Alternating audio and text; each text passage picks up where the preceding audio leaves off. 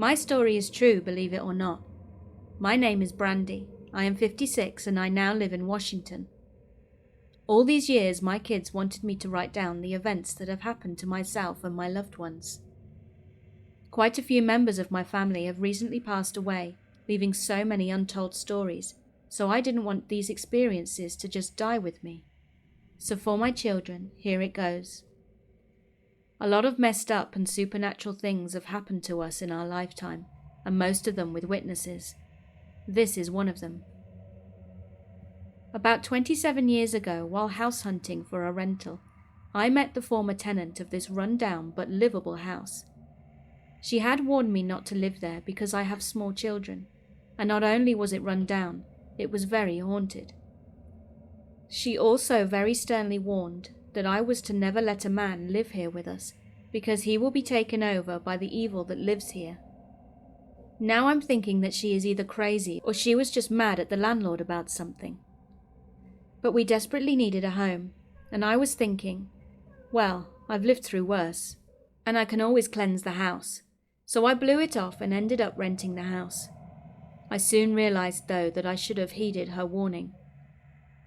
The house was made of wood and was musty and old. The walls, ceilings and floors were all wood.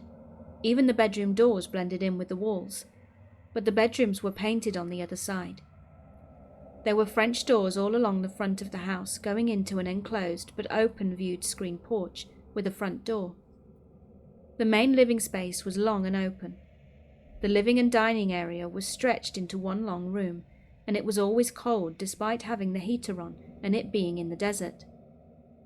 It was located in the high desert of California on the corner of an acre lot of barren land, and across the street there was a popular grocery store and a few small shops, too far for anyone to hear us if we made any loud noises. It served as a town hall back in the day, and I think a turkey ranch before that. So it was 6 a.m. and we had planned a 3-day trip to the happiest place in the world, Disneyland. My kids, Michael aged 1, Penny aged 4, and Ginny aged 3, were all sleeping on my bed in our bedroom at the other end of the house, so I could pack in peace for the trip in the dining room and not wake them. I could see the bedroom door from where I was standing up, folding clothes at the table, and it was closed. My boyfriend's mother, Opal, was sitting across from me when we heard the bedroom door creak open slightly. We both looked up, and it was my daughter Ginny in her little pink and white flowered onesie. I said, "Ginny, now you know it's too early, go back to bed." "Me up now, Mummy," she said in her sweet little voice. It made us both chuckle, and I told Opal that I thought she was just excited. "No, baby, we're not going now, so please go back to bed." She stomped her foot, which we could feel vibrate through the floorboards. Opal then said to me, "You'd better go put her back to bed." I agreed, and as I'm making that long walk towards her and I'm keeping eye contact, I tell her again, "No, baby." Once again she stomps her foot, smiles and says louder this time, "Me up!" with the sweetest smile, and she tilted her head. Opal even muttered an "aww." It didn't dawn at me at the time how perfect her little pigtails were. At this point I am extending my hands towards her. I get about 6 inches from touching her, and all of a sudden she turned black and disappeared, almost like sand falling to the ground. It was then followed by the door quickly closing behind her. Opal had a surprised response. "What the hell?" Shocked, I stood there with my hands still extended, and then the fear came all over my body like hot and cold needles. My kids were all fast asleep behind that door. I grabbed the handle and swung open the door, fearing for the worst, only to find my little Ginny fast asleep, with her sister's leg over her. What we'd just seen couldn't have been her. Although it was unsettling, Opal and I didn't talk about what had happened, and later that morning we all piled in the wagon and went on our trip. We had a great time, but when we came home we were met with all of the lights on and old music playing loudly from inside. People were standing around in my living room, in 2 separate groups, like 2 different periods of time. I turned to my boyfriend and asked how those people had gotten in and if he'd left the door unlocked. He told me, No, why the hell would I do that? You saw me lock it. We all got out of the wagon and cautiously approached the front door. As I got closer, I could see a couch, not ours, with a man in a white tank top sitting on it. He was dirty and was looking with such hatred at this boy that was standing in the corner. You could tell the boy had been abused by the way he was standing there, with his head hanging down. That's when he looked up at me. It pierced through my soul. It does even now, just thinking about him. The kids were scared and the dog was growling. So I grabbed the doorknob to put my key in, when just then the music stopped and the lights went out. We hurriedly opened the door, and nothing had been moved and no one was there. I couldn't get the image of that sad-looking little boy I'd seen out of my mind, and it was a while before I saw him again. It was a nice day, and my boyfriend and his mother were still at a doctor's appointment, and the kids and I out grocery shopping, having a good time. I usually kept the living room light on when I knew we were going to get home after dark, but I didn't realize we would be gone for so long, and dusk was starting to appear. I pulled into the gate, and I think the kids were a little too rambunctious.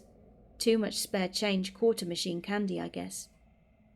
I sat for a moment planning my attack with getting all these groceries, a sleeping baby and the two girls up the steps and into the house, when I noticed movement in the living room, but no one was home. I could hardly see anything in there because the light wasn't on. I started to get out of the car when the girls jumped out and started running for the steps. "Stop!" I yelled and ran over to them. We could hear noises like a child running around, and my eldest daughter to this day says she saw a little boy. She can describe him to a T, but at that moment I thought it might be an intruder or something.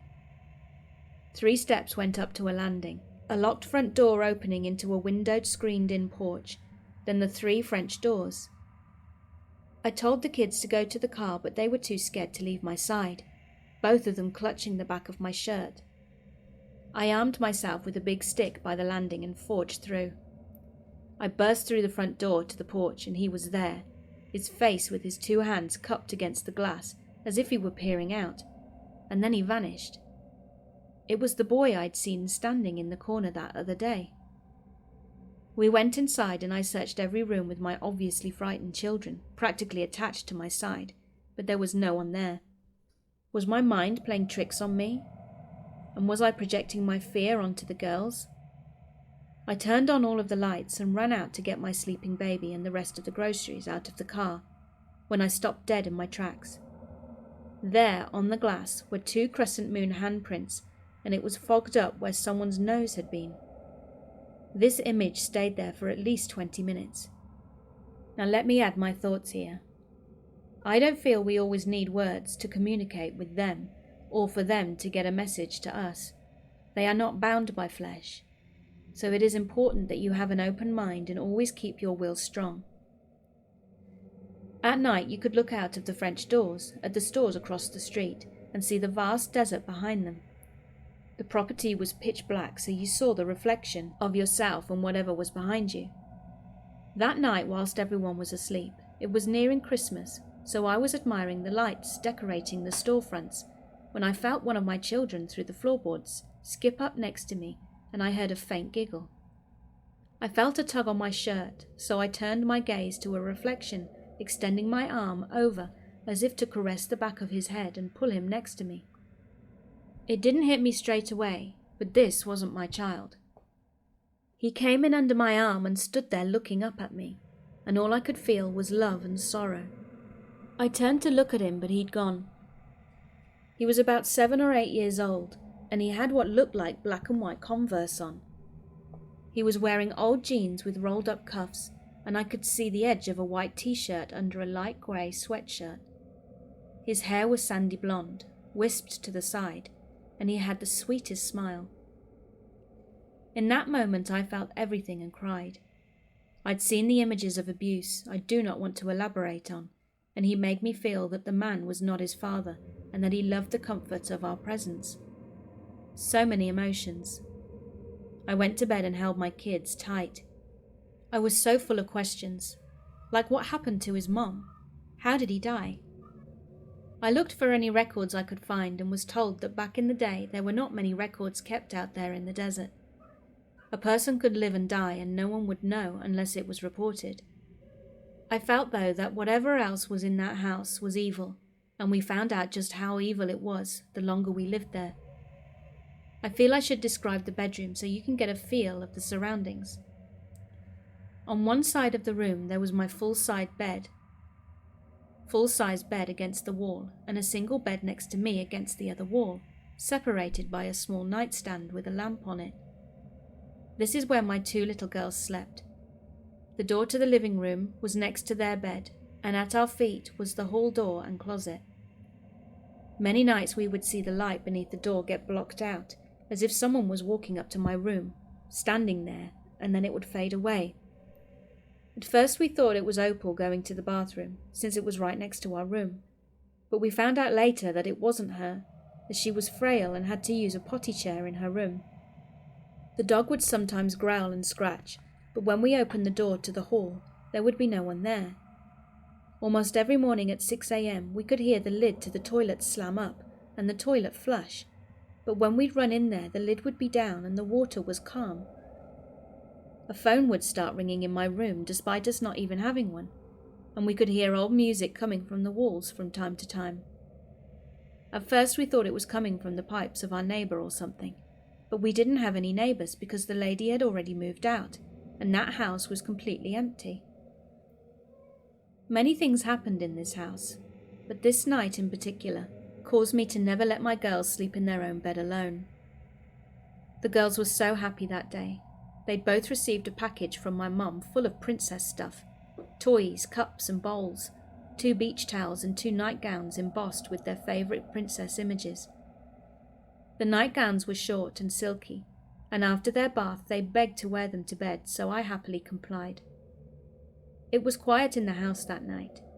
Opal was with family along with my boyfriend, and I don't remember where the dog was, but he wasn't there.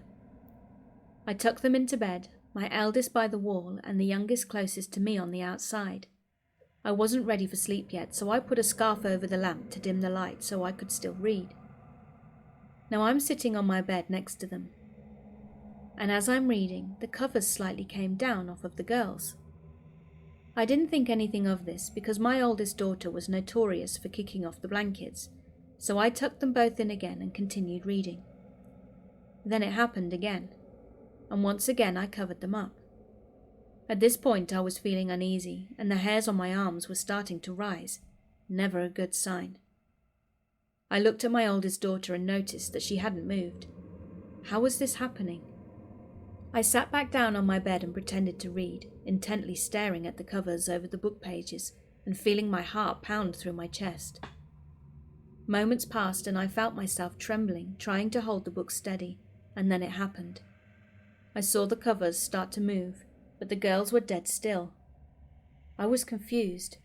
I didn't understand what was going on. The covers were then pulled down with such force, I leapt up and grabbed the covers from the end of the bed, pulling them up. At this point I was standing next to them, and my voice started to quiver as I firmly yelled, "Stay away from my girls!" Though I still don't know who I was yelling at.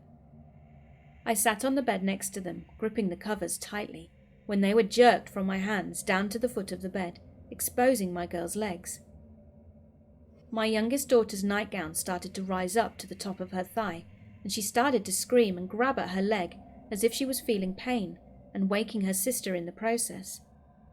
I threw my body over both my girls and screamed repeatedly, "Get out and leave us alone!" I tried my best to calm the girls down and protect them, and we stayed huddled together all night. That was the last time they slept alone in that house. I was able to get a bigger bed and we all slept together from that point on. I don't have photographic evidence, but my youngest daughter had large red marks going up her leg to her thigh.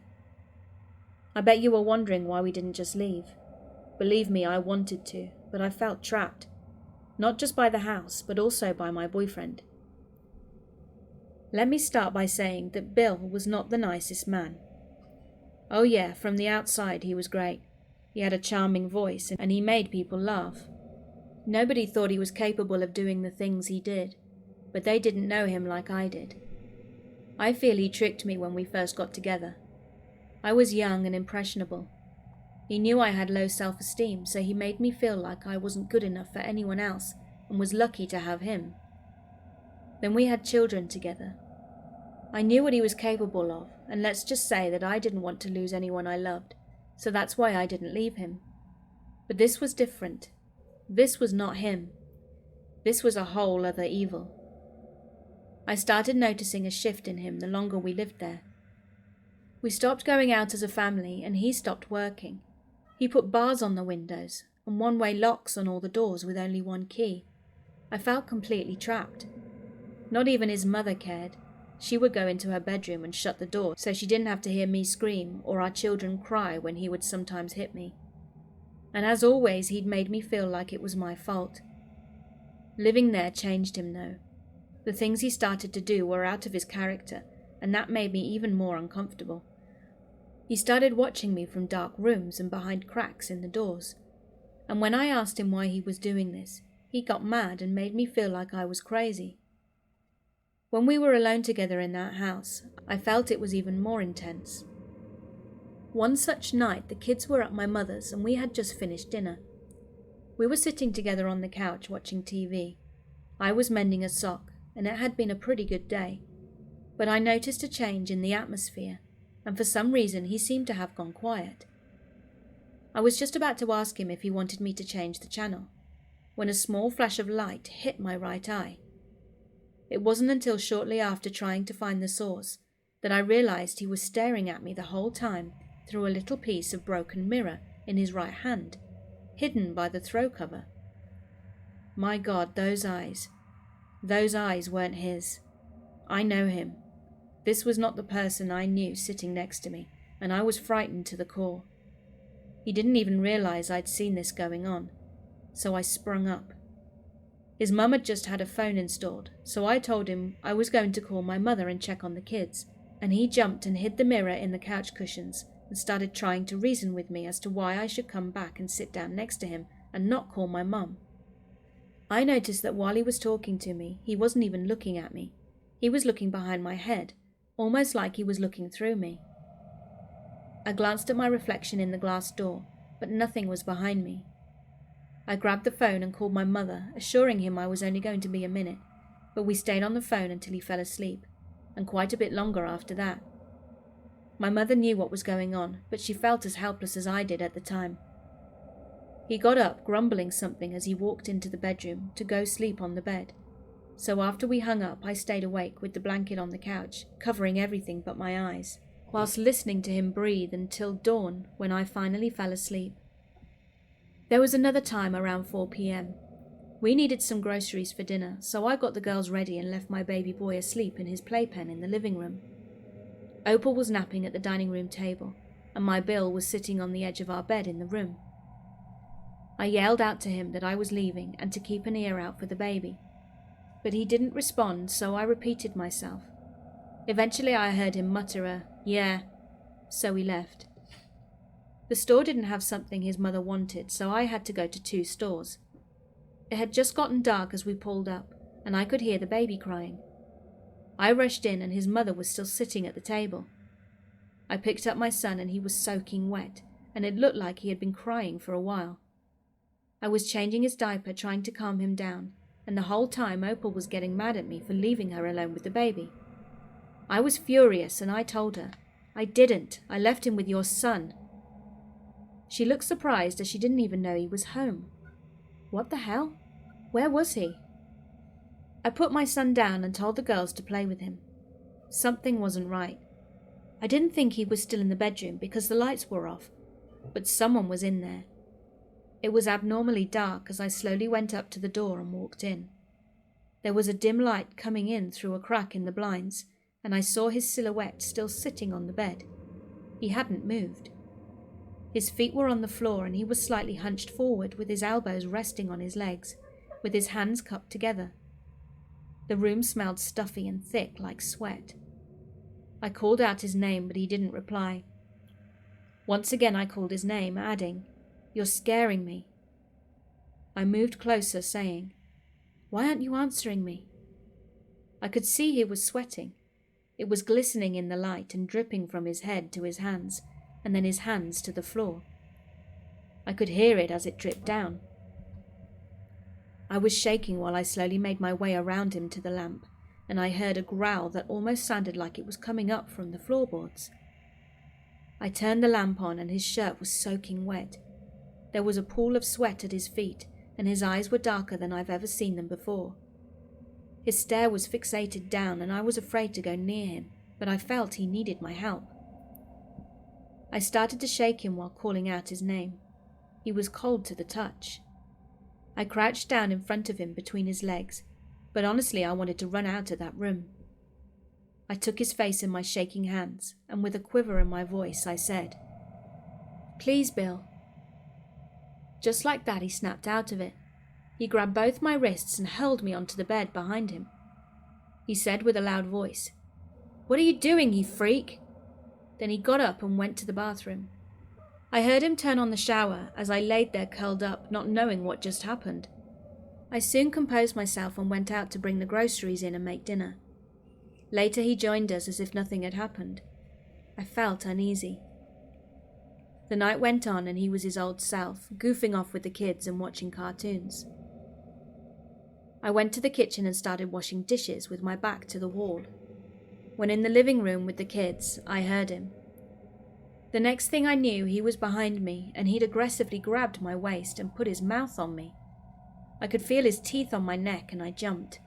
He startled me, then he looked at me like he wanted me dead and said, "You disgust me," and left the house. I don't know where he'd gone. I didn't ask. All I know is that he was gone. He came back later that next morning, dirty, and saying something about him getting lost in the desert. I remember him telling me once that I could scream out there and no one would hear me. We eventually got out of that house after living through horror, not knowing from day to day what was going to happen next and who was safe from that evil. Later, after his mother had moved into her daughter's house, she passed away. I felt bad because I wasn't sad. I found a way to leave Bill. I made an excuse that I needed to pick up a check from the welfare department and I had to bring the kids with me. Once there, I told them that I was being abused and they helped me find a safe place to go. After I didn't return that day, a detective from the sheriff's department came and asked me questions about him, because apparently he'd kidnapped a child and taken her to that empty house. Thank God he was caught before he could do anything to her. I never let him hurt my children, but sadly they remember him hurting me. For years after that, I would have nightmares of him appearing at the foot of my bed, clawing his way up my legs, closing the space between our faces with his cold breath on my lips. And those eyes. I would wake up gasping for air. About 9 years ago, I looked up his name and found him on a website exposing predators. I still shiver when I see small mirrors or broken glass. A few years after we moved out, I ran into the former tenant again, so I asked her if she knew anything about a little boy ever living there, or if someone had died, and she said, now this isn't fact, that she heard, I don't know where, that there was a boy, and his mother had disappeared, leaving him with his stepdad, who was horribly abusive to him. Later the boy was found stuffed in a hole on the property, dead, and they found the stepfather's dried and decayed body on the couch in the living room. He had committed suicide. I don't know if that's true, but it seemed pretty close to what I felt. I wish even now that I could have helped that sweet little boy move on. We couldn't drive down that street for years after that, and we all cried with relief many years later when we found out that that house had been demolished to the ground and a housing tract was built over the land. I still wonder if those people living there are plagued by the evil that lived there once.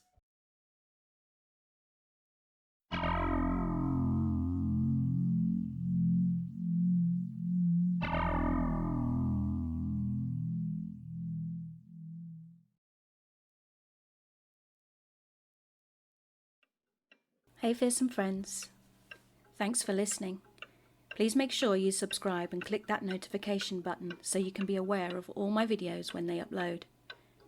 If you have a story that you'd like to hear me record, then please send it to my subreddit, rmissfearsome83, or alternatively email me at missfearsome83@hotmail.com. If you'd also like to support me further, please go to my Patreon and join for as little as $1 a month, where you'll get early access to all my recordings, and they will also be available as MP3 downloads. I also have some awesome merch on the Spreadshirt website. All links are in the description below. Stay safe, stay happy, and remember, keep being creepy.